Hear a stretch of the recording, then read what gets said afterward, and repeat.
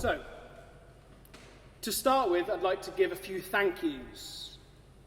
We'd like to thank the church's Conservation Trust and the St Swithin's team for commissioning the work and believing in our approach. I would like to personally thank Dale for his excellent fabrication and unrivaled crafting knowledge. Without him, Lorenzo and I would have been stumped. I would like to thank Charlie and Jess, who have put up with me and Lorenzo waking up at 5 a.m. in December to make cardboard models or turning into coding zombies at the weekend. Lastly, I'd like to thank Lorenzo for being a brilliant collaborator and an even better friend. I'd like to take a few minutes now just to introduce the work. Afterwards, during the interval, you'll have a chance to interact with the statue yourselves. I hope you take the opportunity. So, the statue represents time. And as you can guess, it's difficult to encapsulate the concept of time in a single statue. I could tell you how the statue represents local time, that is, time as we experience it. That when a person lights a candle, places it onto the statue, the person they're remembering is revered by the sounds the statue produces and by the person thinking about them, and that this creates a moment. That in contrast to this vast church surrounding this moment of the statue represents some deeper, universal time in which the world and our lives exist. I could tell you that each of the 7 stands on the statue represent one of the 7 automatic stops on the church's Grays organ up there, from which Lorenzo and I took our sound recordings. Or that each stand represents one of the 6 bells that rings out across the parish from the bell tower, whilst one Sanctus bell, the 7th, lies dormant, waiting to be struck in a religious service that is unlikely to come again.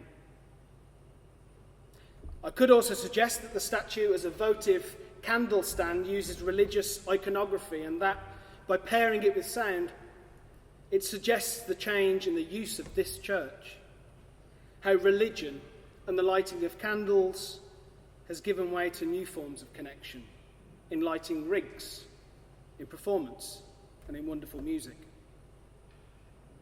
I could suggest how the statue's metal structure, all raw and rusting, represents the base materials we have to gather together and work with to live in a certain time and place. And how each stand, rising out from that exposed and fleeting base, represents the structures and conventions of our societies, which sometimes allow for human creativity and spirit to shine like the candles on top. I could tell you this, but instead I will describe 3 moments that have stayed with me from the process of creating the statue. 1. Getting to see my dad's work persona again on the factory floor of USM Limited. What does that mean? My dad worked in the same metal springs and pressworks factory in Redditch for 30 years. In that time, I saw him in that persona perhaps twice. When I told him I was making this statue and that I'd like to make it out of metal, he said he had an old contact who might be able to help. As it turned out, he couldn't. But in visiting the factory, I got to see my dad as others must have seen him for the majority of his waking hours. Cheeky, charming, problem-solving, yet affecting a chipper seriousness that I rarely, if ever, saw. 2. Me, Dale, and Lorenzo stood together eating tikka wraps at right angles to avoid dropping sauce on our clothes in a workshop that I can only describe as calamitous. It's not Dale's place, I'm not being mean to say that. But the warehouse was unlike anything I'd ever seen. Imagine a space about the size of this church. Everything, all materials, are everywhere. piled high, without any order. Wood, metal, plaster, solutions, liquids, barrels, in the middle a derelict van. Nothing at all at hand or positioned with any regularity. Nothing at all unless, as Dale pointed out, you were the owner of the warehouse. Third, me and Lorenzo in the organ loft, recording the organ. We were completely engrossed as we manipulated the stops, altering the swelling drone of the organ. It was meditative. 40 minutes passed before we realised we had everything we needed, and really this was just for us. In that moment, we had in some way fallen out of time.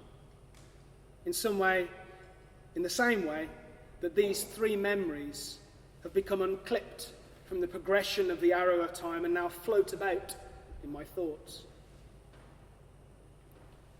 It is for moments like this that I feel the statue was made. I hope, someday, a wandering tourist visiting the city, or a Worcesterian with no expectations, who, having passed by the church for years, decides to come inside and light a candle and be taken back to hear this thing in the corner of a church come alive. I hope they sit with the sound it makes, looking out of the church, and in doing so, are brought closer to the threshold of something that resembles being nearly out of time, but which can never be. I will now walk down these steps and along the aisle to light one of the candles and place it on the candle stand. This will sound the inauguration of the 7 Stops statue. Once you can hear it sing, feel free to leave your seats and interact with the statue or get a drink from the bar. This is the interval.